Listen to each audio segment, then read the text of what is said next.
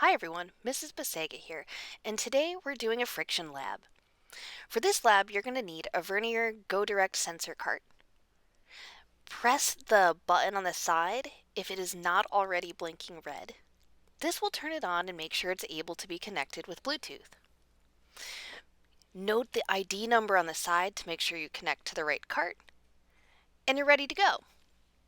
So in this lab, I want to measure friction, and the carts themselves are just the tool I'm using to measure force.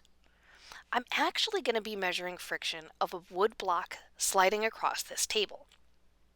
So attach your string to the hook, and you're pulling your wood block and try to keep it at a nice horizontal angle. Now that you've seen the setup, let's get the electronics together. So open graphical analysis on an iPad that has Bluetooth turned on.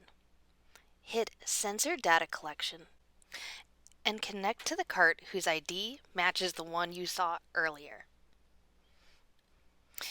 You may see a screen that shows a connecting bar, but from there, here's the most important part. Hit Sensor Channels and select Force in addition to Position. Since we want to measure the friction force, I really don't need the other graphs that come along with it.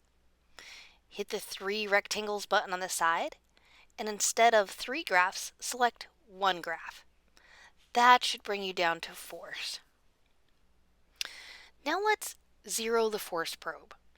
On the right-hand side on the bottom, see where it says Force Y? Well, click that button, hit 0, and you should see a little confirmation pop up on the bottom that your sensor is zeroed. Hit Collect and pull the block along horizontally. At the same time, you're going to be seeing this graph, or something equivalent, coming up on your iPad. This graph is very characteristic of how friction force changes over time. It actually has 2 distinct sections.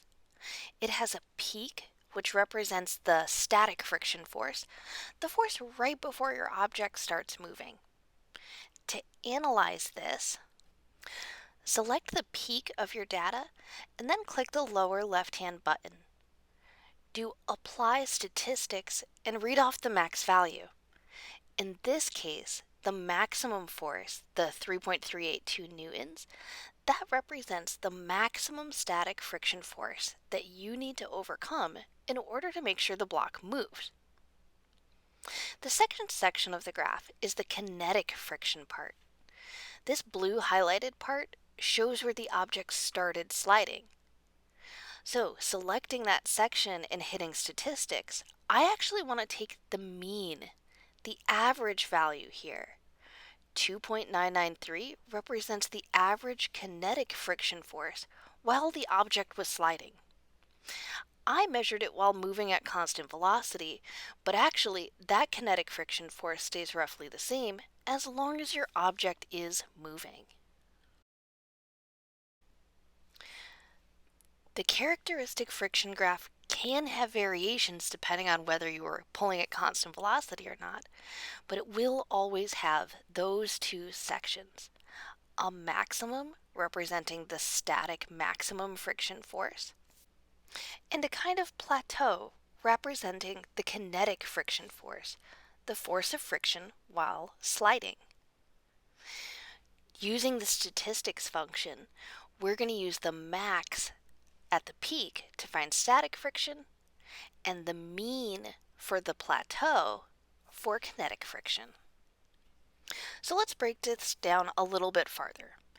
Static friction symbol is going to be FFS, and it's measured in newtons because it's a force.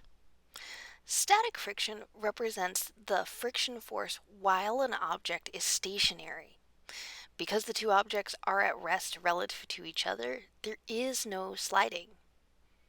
Static friction's goal is to prevent the motion between 2 objects, and that amount has a maximum, but the static friction force does change depending on how much applied force you put in.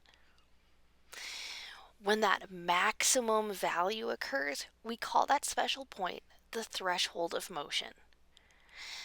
That symbol is FFS for force of friction static and max.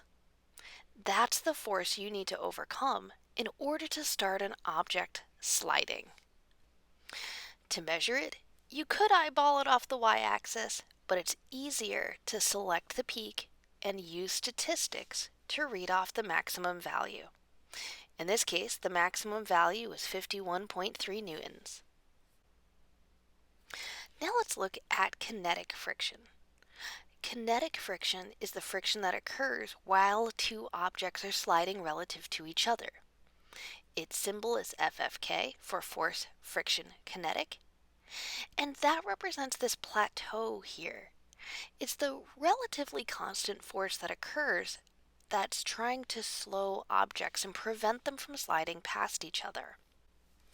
While I had to get my measurement while pulling at constant velocity, it turns out that this friction force should stay roughly constant for whenever your object is moving, whether it's speeding up or slowing down. As long as the two surfaces are moving relative to each other, that friction force should stay roughly the same. You could get it by eyeballing an average and then trying to read over on the y-axis what that value is, or highlight the section of the plateau, use statistics function to take the mean, and that average value would represent your average kinetic friction during the slide. In this case, the mean was 30.47 newtons, so I would write this as FFK equals 30.47 newtons. So let's try to use this in order to analyze some theoretical data. Let's say I have a dummy that's pushing with more and more and more applied force. Notice that friction and applied equal each other just until your object starts moving at 125 newtons. Afterwards, no matter how much force I apply, my friction force is staying 94 newtons.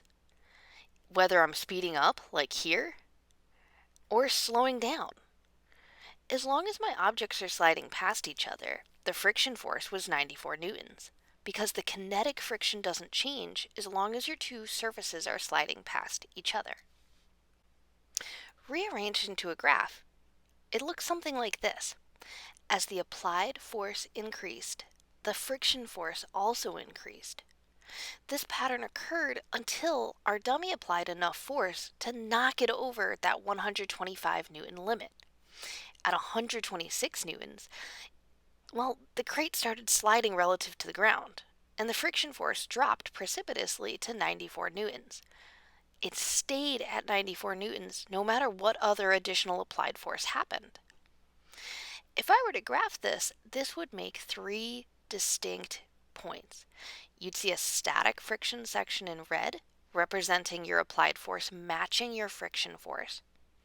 There's a maximum static friction force that represents the force you need to overcome in order to start this motion. That was 125 newtons. And afterwards, you have the kinetic friction, the section during motion where it stayed 94 newtons the whole time. There's one more concept we need to look at before you start the lab, and that concept is the coefficient of friction. Its symbol is the Greek letter mu, and you can think of this number as the ratio of the friction force to normal force for some pair of surfaces. Think of it as a ratio of how frictiony your objects or your surfaces are compared to each other. A very high coefficient of friction is going to mean, well, it's very sticky. The two objects don't want to slide past. Because it's a ratio, it is unitless. Because it's friction force in newtons over normal force in newtons, the newtons units cancel. So it really truly is just a rating. A coefficient of friction of 0.1, some tiny number, might be something like ice, which has very little friction between itself and other surfaces. Because there's two types of friction, static and kinetic, that means every pair of objects actually has two coefficients of friction. So how do we go about calculating them? Is because it's a ratio, we're going to use division. In order to calculate mu, I would take my friction force, either static or kinetic, and divide by the normal force. Normal force represents how hard the two surfaces are being pushed together. The more they're pushed together, the more the little particles on the surfaces interact, so the bigger the friction force will occur. So let's calculate a mu. Let's say I have a crate with a mass of 50 kilos. The normal force, because it's just sitting there on the ground, would actually be equal to the weight. So to find the coefficient of static friction, I first need to find the weight of the box in newtons. I took 50 kilograms times 9.8 to get 490 newtons. Remember, the maximum static friction force was 125 newtons, the maximum I had to push before it started moving. Dividing these two out, I get about 0.25. The static coefficient of friction is 0.25. To calculate the kinetic coefficient of friction, then, I'm going to do the same math, except substitute the force of kinetic friction in the numerator, that 94 Newton constant force in the numerator, and the normal force was still 490 because it was still resting on the ground. Notice that my coefficient of kinetic friction is 0.19. It's typically lower than the coefficient of static friction. So let's sum this up. The friction force is a force that changes depending on what scenario it's in. For a short segment of time, your applied force matches your friction force. You're pushing, pushing, pushing, or pulling, pulling, pulling, and as you pull, the friction force increases to match. During this time, your object doesn't move because it's in static equilibrium. That is, until you reach the threshold of motion. This maximum static friction force can be found by taking your graph, highlighting the peak, and finding the statistics to find the maximum friction force. I can use that max friction force to calculate the coefficient of static friction. In this case, the peak was at about 10 newtons, 10.8 newtons. I would put in 10 for the static friction force, and if I knew the normal force, I could go back and calculate the coefficient of static friction. The force of kinetic friction is the force while it is sliding, and that force stays roughly constant. I highlighted this plateau section of the graph to get an average of about 7 newtons. That represents my kinetic friction force, which I could then use to calculate the kinetic friction coefficient. All right, everyone, that's all. Best of luck.